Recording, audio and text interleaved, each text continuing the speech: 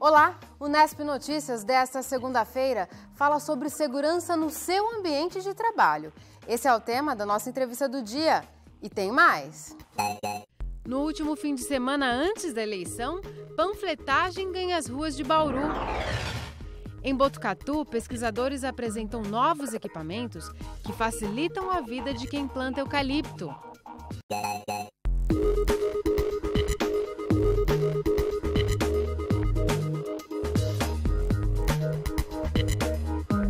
Você que pega ônibus todos os dias, prepare-se que amanhã o dia promete ser complicado. O Sindicato dos Condutores de Bauru anuncia nova paralisação de ônibus para esta terça-feira. O sindicato explica que negocia há mais de 2 meses sem sucesso mudanças na jornada de trabalho de motoristas e cobradores. Elas foram determinadas pela Justiça. Além disso, a aplicação de intervalo durante o dia deixa profissionais à disposição por até 12 horas. A possível paralisação de amanhã contraria orientações dadas pela Justiça do Trabalho em audiência feita na sexta-feira com o sindicato. O presidente da Indurb, Nico Mondelli, afirma que qualquer paralisação será ilegal. A Transurb, a Associação das Empresas de Transporte Coletivo da cidade, estuda medidas judiciais. O último fim de semana de campanha foi de trabalho árduo para os candidatos e para os cabos eleitorais. Foi uma das últimas oportunidades para convencer o eleitor que ainda não sabe em quem votar no próximo domingo. Com milhares de pessoas todos os domingos, a Feira Livre da Rua Gustavo Maciel, no centro de Bauru, é reduto tradicional de candidatos. Dezenas deles passaram pelo local em busca de contato mais próximo com o eleitorado. A distribuição de santinhos é uma das principais apostas. Joel é borracheiro de profissão, mas no domingo sua atividade foi cabo eleitoral, panfletando e pedindo votos. Tem que conversar com as pessoas, né? E gostar do que está fazendo, gostar da pessoa, gostar da política, tem que gostar. Este outro cabo eleitoral chamou a atenção ao lado de uma bicicleta e trajando roupa esportiva de ciclismo. Ele também distribuiu santinhos e conversou com vários eleitores na tentativa de puxar votos. As pessoas às vezes param, ouvem, às vezes não param e elas pegam um santinho e levam embora. Mas quem vai decidir vai ser o povo e ninguém sabe o que passa na memória do povo, né? Se alguns cabos eleitorais são mais tímidos, outros se comportam de forma bastante desinibida. Para chamar atenção e tentar votos para um candidato, vale até gritar no meio da rua. É nóis! É nóis! O senhor se incomoda com esse assédio assim, do pessoal com panfleto ou não faz parte, é natural aí na reta final da... É natural, mas incomoda bastante, né? Porque todo mundo quer ganhar, né? Então eles ficam fazendo a pressão, né? Para esta psicóloga, na definição do voto para vereador, pesa muito o local onde o eleitor trabalha e onde vive. Ou seja, valem as relações de confiança já estabelecidas com os candidatos mais próximos no dia a dia. Só aquelas pessoas que a gente conhece mesmo, né? E que sabe que tem um plano de trabalho, sabe o que é, porque o resto não dá para você saber absolutamente nada, né? E de amanhã até o dia 9 de outubro, nenhum eleitor pode ser preso, exceto em casos de flagrante ou de crime inafiançável.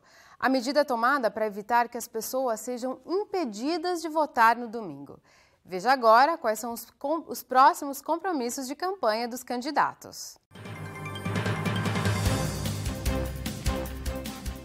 Clodoaldo Gazeta, do PV, participa hoje às 11 da noite de um debate eleitoral na TV Record. Amanhã, ao meio-dia, o candidato concede entrevista ao vivo à TV Prevê.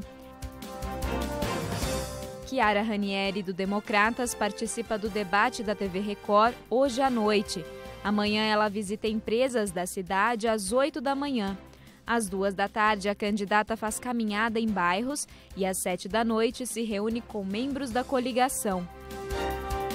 Rodrigo Agostinho, do PMDB, e Paulo Martins, do PSTU, também participam do debate na TV Record hoje às 11 da noite.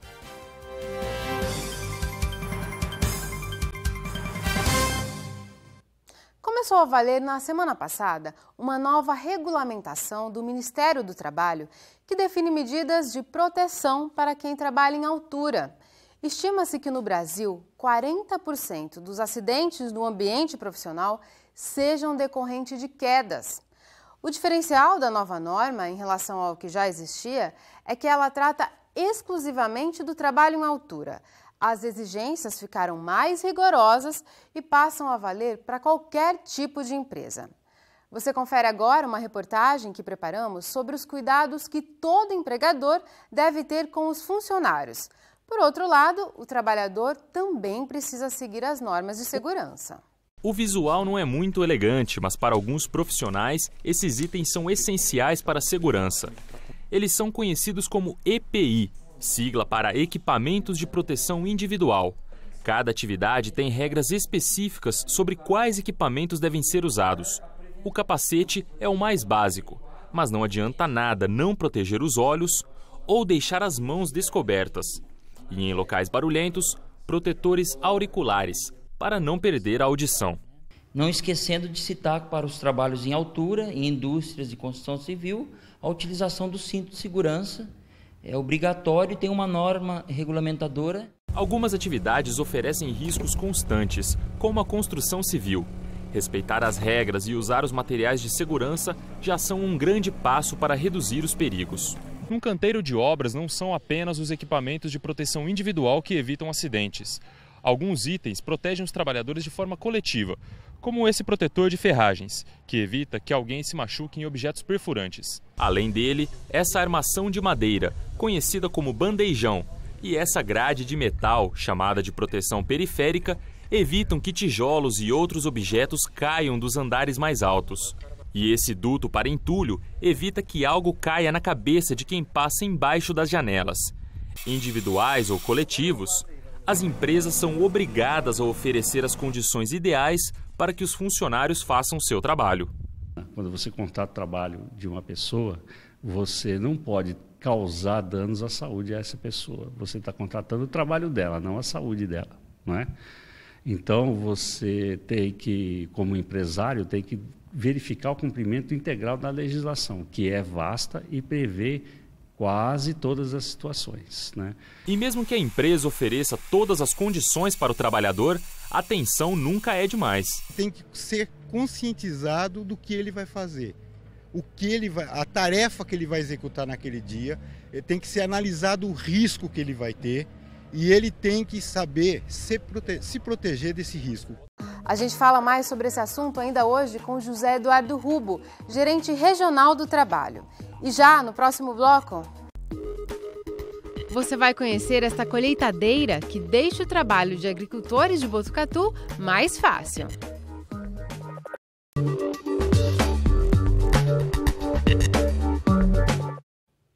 Quem acha que a vida rural não combina com tecnologia está enganado. A Unesp em Botucatu realizou na semana passada um dia de campo do eucalipto, uma ótima oportunidade para que os agricultores, alunos e pesquisadores possam trocar experiências. No início da manhã, palestrantes apresentaram resultados de pesquisas no manejo e na plantação de eucalipto. Na sequência, os cerca de 500 inscritos, entre produtores rurais e estudantes, conferiram no campo as aplicações práticas das novidades. Nos estandes, fornecedores de insumos e prestadores de serviços exibiram seu trabalho, na tentativa de fazer bons negócios, desde mudas selecionadas até equipamentos para fotografias aéreas, que ajudam a monitorar as florestas. O evento coloca em contato quem pesquisa e quem pode ser beneficiado com o conhecimento gerado na universidade.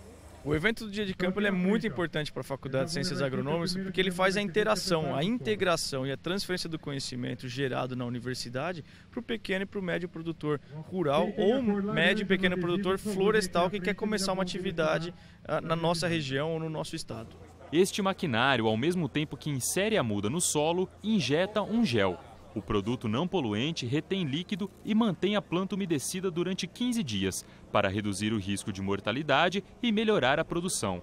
Em um dia, é possível plantar de 5 a 8 mil mudas. Quando a gente faz o sulco, a gente revolve esse solo, mexe, então a umidade pode ir um pouco mais para baixo. Então a gente não tem a umidade nos primeiros 10, 15 centímetros do solo. Então o gel ele mantém uma quantidade de umidade. Nos últimos 6 anos que a gente tem usado essa técnica, Nós não houve a necessidade de fazer nenhuma irrigação, plantando tanto na seca quanto no período de chuva. Não houve a necessidade de irrigação e a sobrevivência é sucesso, não tivemos problema nenhum. Esta colhedeira extrai a árvore inteira, arranca folhas e galhos e pica o tronco em vários pedaços. As toras são empilhadas por esta outra máquina, que organiza tudo para o transporte. Mas para que as árvores cresçam até este tamanho, é preciso cuidar das pragas. Este produto é usado para o controle de formigas, que apesar de pequenas, podem acabar com os eucaliptos. Tanta tecnologia chamou a atenção de Silvio.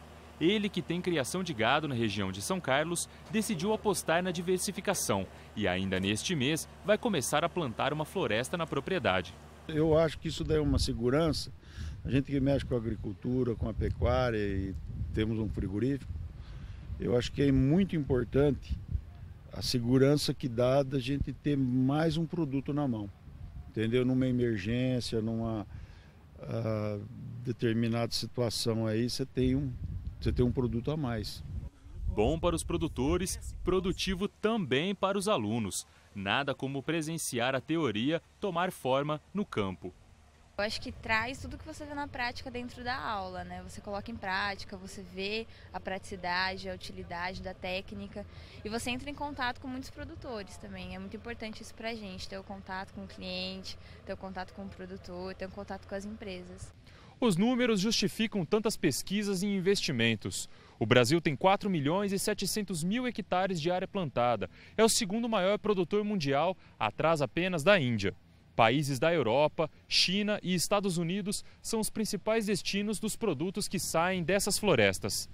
Para este professor, o eucalipto cresceu como atividade econômica porque oferece uma alternativa renovável para o consumo de energia. Hoje gás é caro, energia elétrica é caro e uma das possibilidades seriam de energias renováveis. Uma delas seria justamente a produção de madeira de lenha, né? E o eucalipto, em termos de produtividade, né, por hectare, por área plantada, ele é um dos mais altos que nós temos. 1 hectare de eucalipto ele pode reduzir ou evitar o corte de 50 hectares de floresta amazônica. E essa madeira para a produção de caibros, de vigas, de ripas, ele é perfeitamente viável e às vezes de qualidade até superior de algumas espécies nativas que nós temos. Pesquisa desenvolvida na universidade, aliada com tecnologia das grandes empresas. São estratégias como essa que auxiliam pequenos e médios produtores e ainda contribuem para consolidar o eucalipto no cenário do agronegócio nacional.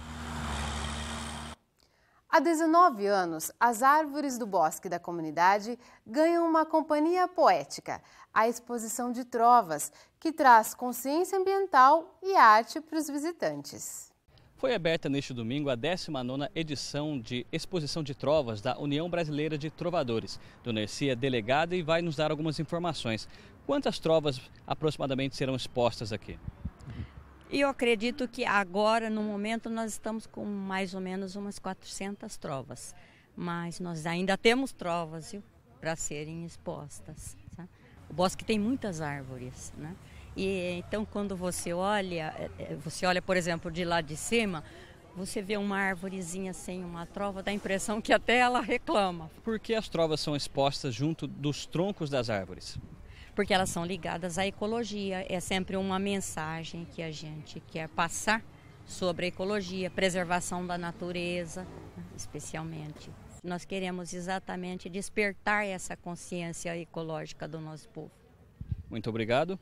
Quem quiser então conhecer as trovas expostas aqui no Bosque da Comunidade em Bauru, pode visitar o local até o fim de outubro. Agora a gente fala de polêmica na literatura. A obra de Monteiro Lobato é acusada novamente de ter conteúdo racista. Em 2010 foi o livro Caçadas de Pedrinho. Agora é a vez de Negrinha, escrito em 1920. Na semana passada, o Instituto de Advocacia Racial e Ambiental entrou com representação na Controladoria Geral da União para investigar a compra do livro pelo Ministério da Educação. Segundo o Instituto, o MEC não deveria usar dinheiro público para comprar materiais de conteúdo racista. A polêmica é o tema de hoje do podcast Unesp, que traz a análise do professor João Secantini, da Unesp em Assis. Podcast Unesp. Se nós formos julgar o objeto cultural, a arte, a literatura, produzida em outros séculos com os olhos de hoje, provavelmente não vai sobrar nada. Então tem um equívoco assim de natureza histórica, quer dizer, não dá para você ficar utilizando parâmetros de hoje para julgar o que foi produzido antes, porque os valores mudam o tempo todo e que bom que mudem, não é? E que mudem para melhor, mas, quer dizer, o que se produz na cultura, na arte, num determinado momento vai estar muito marcado pela ideologia, pela sociedade daquela época. O Lobato é um homem que estava muito engajado no seu tempo, e ele paga um preço, né? E muitas vezes a sua obra tem marcas desse tempo. Então, a questão não é censurar os livros, não é ficar colocando uma série de bulas, né, de normas de utilização da literatura, mas quem sabe você investir muito mais na educação, na formação de mediadores que possam abordar de uma forma crítica com os estudantes não só os livros do Lobato, mas de tantos outros autores. Podcast Unesp.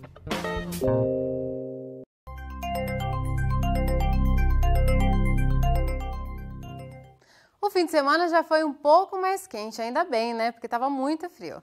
E como será que ficam os próximos dias?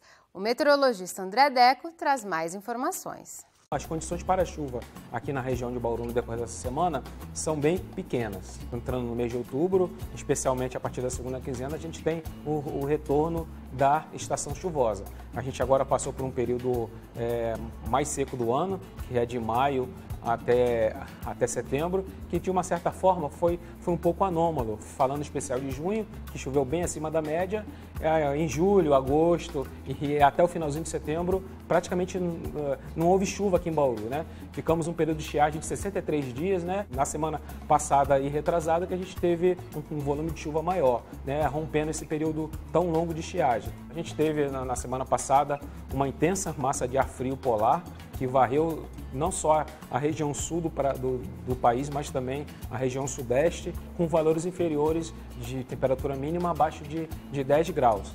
Né? Agora, a tendência para essa próxima semana é de uma elevação gradual dos valores de temperatura.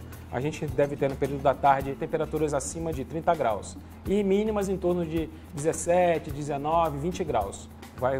Essa variação dos valores de temperatura no decorrer dessa semana. A semana começa com um tempo firme em todo o estado de São Paulo. A massa de ar frio que passava pela região sudeste perde a força e as temperaturas voltam a subir. Bauru segue a tendência do estado e permanece com sol hoje e nos próximos dias. A umidade do ar está em níveis baixos, agora é de 25%. Os ventos sopram a apenas 4 km por hora. No horário mais quente do dia, fez 33 graus.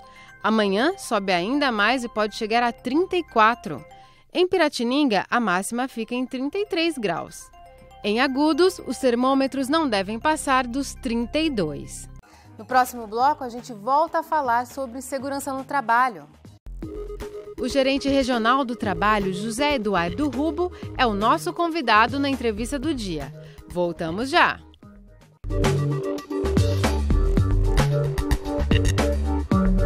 Mostramos há pouco a importância dos cuidados com a segurança dos trabalhadores. Para dar mais detalhes sobre esse assunto, recebemos o gerente regional do trabalho, José Eduardo Rubo. José Eduardo, muito obrigada por sua presença. Eu que agradeço o espaço aberto para a gente estar aqui conversando a respeito desse assunto que é tão importante.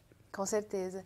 Nós vimos na matéria vários exemplos na construção civil, mas eu queria saber se a empresa, independentemente da área onde ela atue, ela tem que tomar cuidados em relação à segurança dos trabalhadores? Sim, todos os empregadores, sejam eles constituídos em pessoa jurídica ou física, têm que cumprir a legislação trabalhista, a CLT. As normas regulamentadoras que foram citadas, inclusive na matéria, são partes integrantes da CLT no seu capítulo 5. Quer dizer, não só uma empresa, então, até mesmo um empregador, uma pessoa que tem uma funcionária registrada, como empregada doméstica, por exemplo? A empregada doméstica é uma lei à parte. Empregado doméstico não é CLT, né? Mas, é claro, você não pode tratar de maneira diferente. Isso fica a critério do empregador. Né? Nós temos que ter cuidado com a integridade física de todas as pessoas, inclusive a empregada doméstica. Os empregados domésticos, mas a CLT não se aplica, as normas regulamentadoras não estão. É um direito a ser conquistado ainda. É um direito que, inclusive, já está em discussão no Congresso. Está sendo votado, vai ser votado. José Rubio, onde o empregador, então, pode se informar sobre esses cuidados em relação à segurança do trabalhador? O empregador deve procurar, primeiramente, o seu sindicato de classe, né? Procurar se informar, porque aqui no estado de São Paulo, os empregados já estão muito bem organizados em sindicatos, e esses sindicatos, principalmente na nossa regional, é muito bem articulado com relação a isso.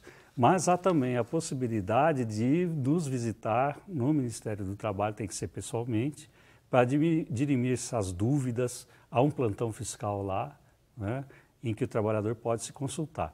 É possível também o empregador fazer essas consultas ao Ministério do Trabalho.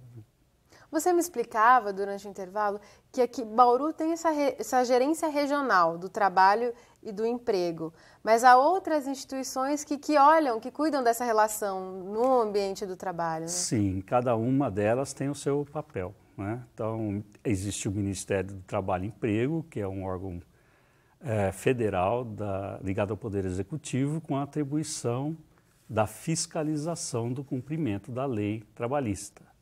Há o Ministério Público do Trabalho, que tem, entre outras atribuições, a da investigação das situações adversas dos trabalhadores e defesa desses trabalhadores de forma coletiva e difusa, né? Existe ainda a Secretaria Estadual de Relações do Trabalho, que se cuida, né, através de convênios com o Ministério do Trabalho, das políticas públicas de emprego e renda, entre outras. E também a Justiça do Trabalho, que dirime as pendências judiciais, as disputas entre empregado e empregador.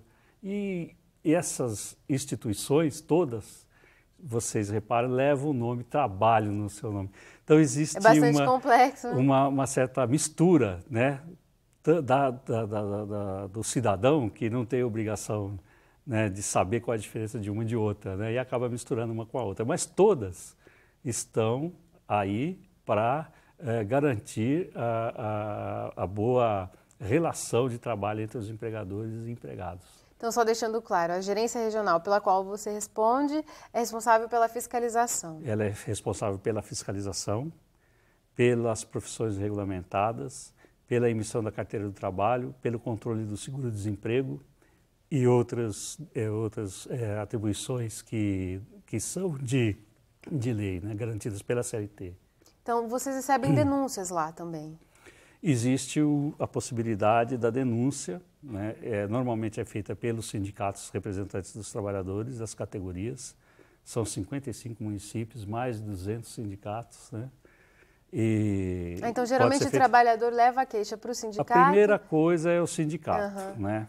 Muitas vezes o sindicato consegue resolver essas questões sem a interferência do Ministério do Trabalho, que é o ideal, né? Haver o diálogo aberto, isso é fundamental, né, para as relações de trabalho. Precisa-se avançar, inclusive, esse tipo de atitude por conta dos empregadores e dos empregados, né? Essa mediação que é informal, mas é muito eficiente. Existe essa mediação informal, depois a mediação a partir do Ministério do Trabalho, que é uma outra atribuição também, é da Secretaria de Relações do Trabalho do Ministério do Trabalho e Emprego, que nós fazemos isso também aqui na gerência regional. E o empregado, muitas vezes, não se sente à vontade com seus representantes, ele prefere, por diversas razões, nos procurar diretamente. Isso também é possível. Certo. Mas toda essa legislação sobre a qual nós estamos falando aqui, ela só se configura, ela só existe se o empregado for registrado. É isso, não é? Então, o empregado, ele, a princípio, tem o direito garantido pela Constituição e pela legislação trabalhista, né? A formalidade do emprego, ela é de lei, né? E garante uma série de outros benefícios para o trabalhador. Mas não é o fato de não haver a formalização do contrato de trabalho que vai prejudicar ou causar danos ao trabalhador. Então, as pessoas que tiverem dúvidas, é só procurar a Gerência Regional do Trabalho. Tem um contato, José Rubio? Sim, os telefones do Ministério do Trabalho Gerência Regional do Trabalho em Bauru é o 3232-3063, o 3232-1945 e a fiscalização do trabalho, o 3232-8488. Ótimo. Muito obrigada por seus esclarecimentos. Eu é que agradeço. O Unesp Notícias fica por aqui. Continue ligado na nossa programação. Tchau! Thank